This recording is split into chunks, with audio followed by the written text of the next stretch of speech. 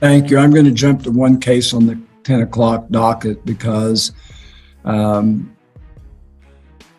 which is State of Kansas versus Laura Lee Kendall Miller, case number CLW 2023 CR 69. Can you hear me, ma'am?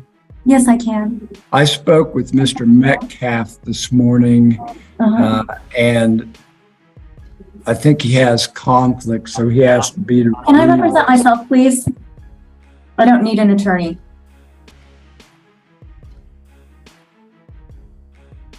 Very well, I will discharge Mr. When a defendant insists on going solo in the courtroom, it's rarely a good sign, especially when they have no clue how the legal system actually works. It's like stepping onto a chessboard without knowing the rules. Laura walks in not just with confidence, but with a boldness that teeters on defiance. She talks like she's ready to take on the world, but it's clear she's underestimating what's ahead. That kind of confidence? It tends to crack fast once the weight of courtroom procedure, legal jargon, and real consequences start to sink in. What begins as bravado often ends in a harsh dose of reality. Oral court, sir? Maybe I misunderstood what you said. You want to proceed without an attorney and enter a not guilty plea, is that correct? That's correct. Thank you. I will enter a not guilty plea. Mr. Audie, we probably need to have a in-person hearing. Do you want me to set this for a status hearing or a pretrial conference? That's up to the court how you want to set it procedurally, whether you want to set a pretrial conference or just set it for a bench trial or a jury trial if Miss Jury trial when I'm completely innocent and you're taking eyewitness testimony from people that aren't even in Walmart.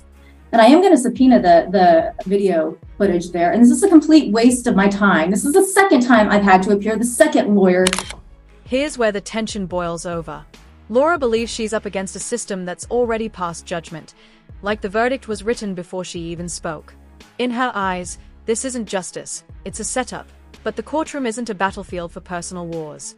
It's a place where facts take center stage, and every move has to follow the rules. Emotions might be loud, but only logic and evidence are heard. Her sudden outburst may feel justified to her, a cry for fairness, but in the eyes of the court, it could look like a lack of self-control. And in moments like this, losing composure can mean losing credibility.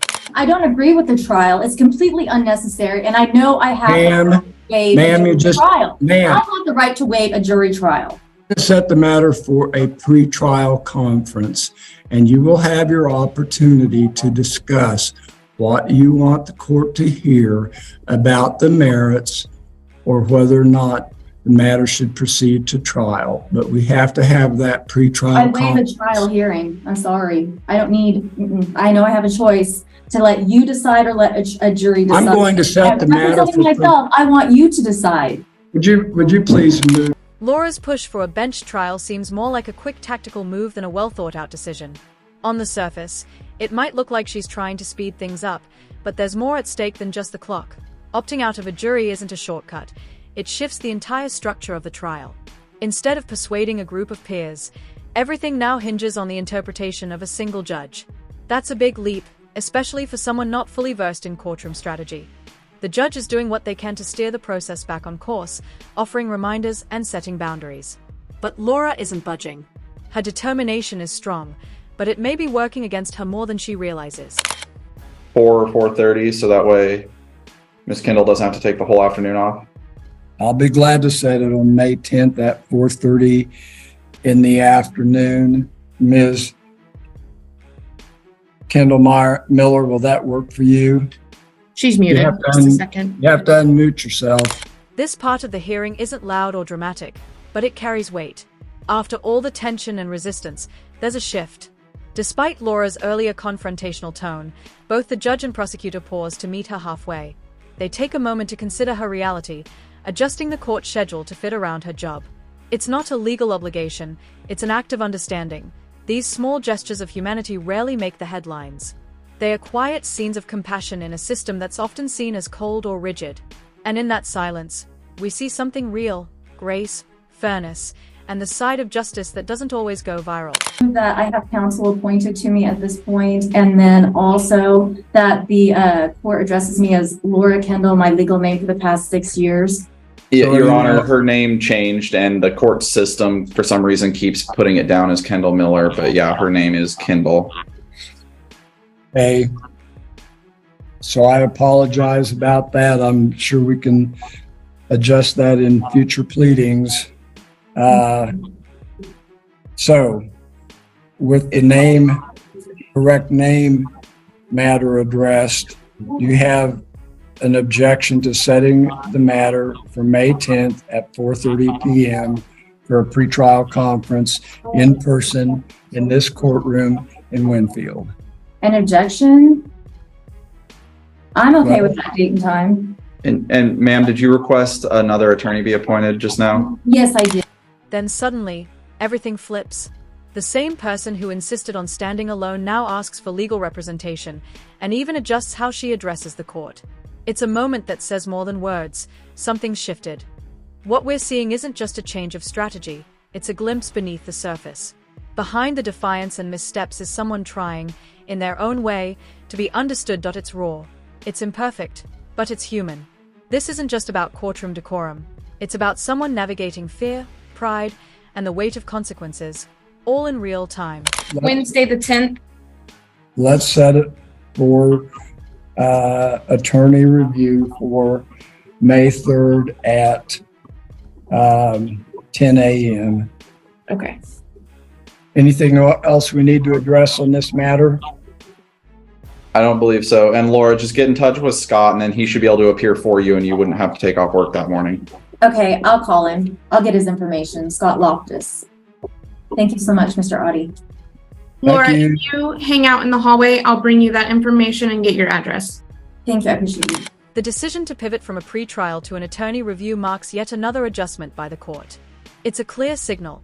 The system is trying to be flexible, reshaping its steps to match the situation unfolding before it. In many ways, it's like a careful dance, balancing legal structure with the unpredictability of real life. The court doesn't want to rush judgment, but it also can't stand still forever. Yet with every shift, every delay, the path to resolution stretches further. Justice doesn't just depend on fairness, it also depends on momentum. And when that rhythm breaks too often, the risk is that clarity gets lost in the shuffle. Let me read to you what the allegations are. Jackie Hunt, your court services officer, alleges in this affidavit that on April 4, 2022, you were granted 12 months probation from a sentence of 12 months for battery on an LEO, and that you have violated the terms and conditions of your probation, being condition number 2, in that you were directed to report to your court services once per month, but that you have violated it by failing to attend scheduled appointment with Ms. Hunt on April 3rd, that Ms. Hunt called and left voicemails on the phone number that you had provided and did not get responses back from you, and that you failed to contact her office and reschedule within 24 hours of missing an appointment. Do you understand what the allegations are? Allison's case unfolds in stark contrast to what we've just seen. There's no shouting, no confrontations, just a quiet presence that says more than words. She sits calmly, almost withdrawn, as her case is reviewed. Her violation isn't tied to a dramatic moment or outburst. Instead, it's the quieter kind: missed check-ins, unanswered calls, skipped appointments. On paper, it may look small. In the courtroom, though, those gaps matter. In the eyes of the law, silence doesn't always mean peace. Sometimes, it signals disconnection or disregard. And in probation cases, failing to respond can weigh just as heavily as acting out. At 9 a.m. Mr. Audie, do you know what your request is regarding bond in this matter? I don't actually have a copy of the PV affidavit, so I would just leave that to the court. Ms. Newsom, where do you live? I live in Arc City. I'm technically homeless, but I have a job and I'm working on getting me my own place. So do you have a place to stay if we release you? Yes, I could stay at the Osage in Arc City. Your Honor, she is held on a domestic battery also that I don't think's been filed on yet. Okay, well, that will make bond moot, no doubt then. So what I will do is continue this matter to May 3rd, 2023 at 9 a.m. I've appointed Chad Giles, and we will address bond either on the 3rd, or if the other case comes before the court here in Arkansas City, we can address bond at that time. In the meantime, she will be held without bond in this case. This moment hits hard. Allison isn't defiant or disruptive. She's just struggling. Technically homeless, doing her best to hold down a job, showing up despite the weight she's carrying. But effort alone isn't always enough when the system is constrained by the rules it must follow. Today, pending domestic charge leaves the judge with very little flexibility. Even if her intentions are good, the court can't ignore the legal boundaries in place. Compassion exists, but it can't always override protocol. It's a striking contrast to Laura's case, where one pushed loudly against the system, the other slipped through its cracks quietly.